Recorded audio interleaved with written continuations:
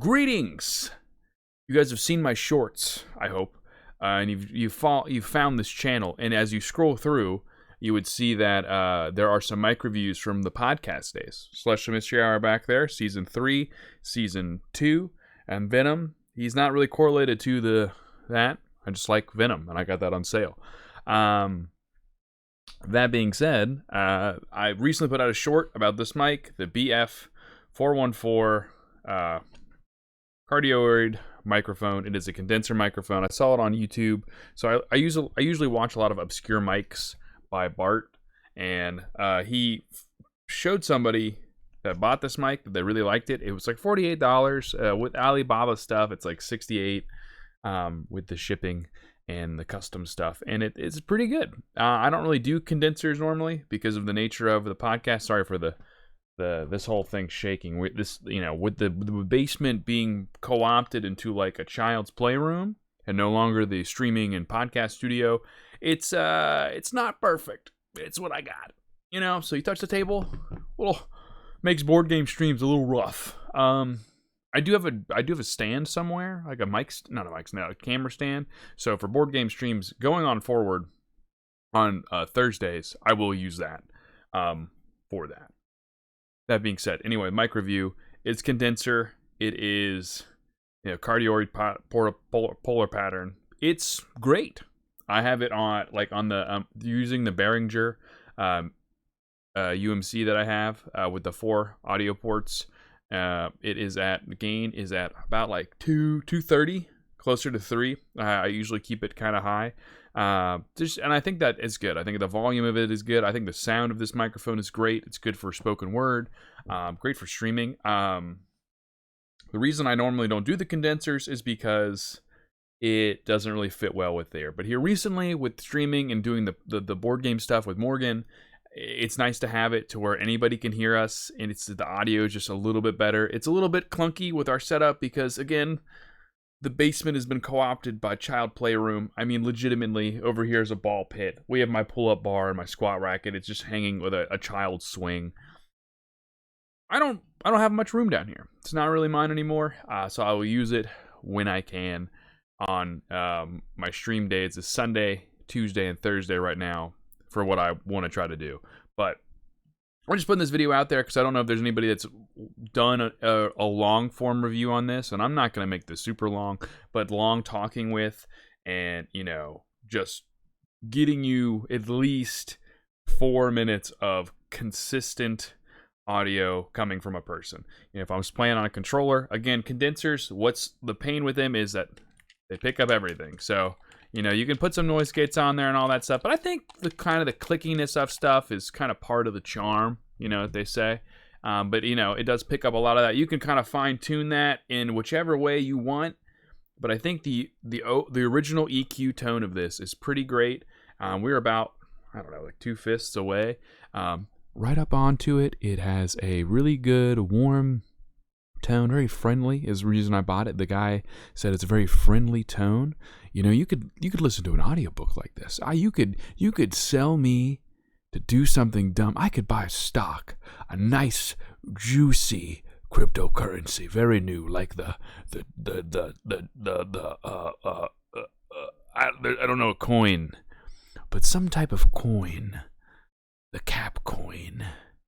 The cap coin. I'm saying cap because there's a ball cap in front of me. But the cap coin, you tell me how, good of an investment it is. Think of your future. That was explosive. Think of the empire of $1 million you could have if you bought the cap. And you would only listen to that because I had that warming and nice voice. Now, I do stream with a different EQ.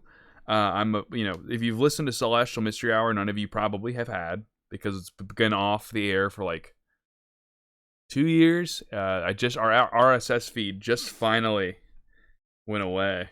I don't know how, but it's on the YouTube. I have it privated. One day I'll release it, season 1 through 3 again, or most of 1, 2, and 3. We're missing like the first 6 episodes of season 1, but it's not worth it. I mean, it's good memories for us, blah, blah, blah. Anyway, more time on the mic. This is the setting I use. So it's going to be very harsh if you're not used to it. But I like the high LPR40. I like that frequency pattern for those higher tones, the crispier AM radio stuff, Art Bell stuff.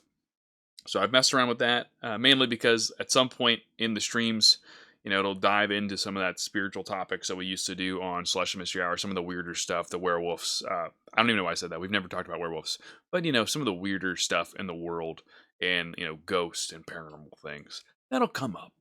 That'll come up. But in the purpose of the review, I just wanted you to get an idea of what you can do with it. Again, this frequency pattern, this is not what normal people would be doing. And you might even go like, dog, that sounds like fucking shit. And you could be absolutely correct. I would say the normal EQ of this mic is pretty friendly for most ears. But what I want for my stream is different.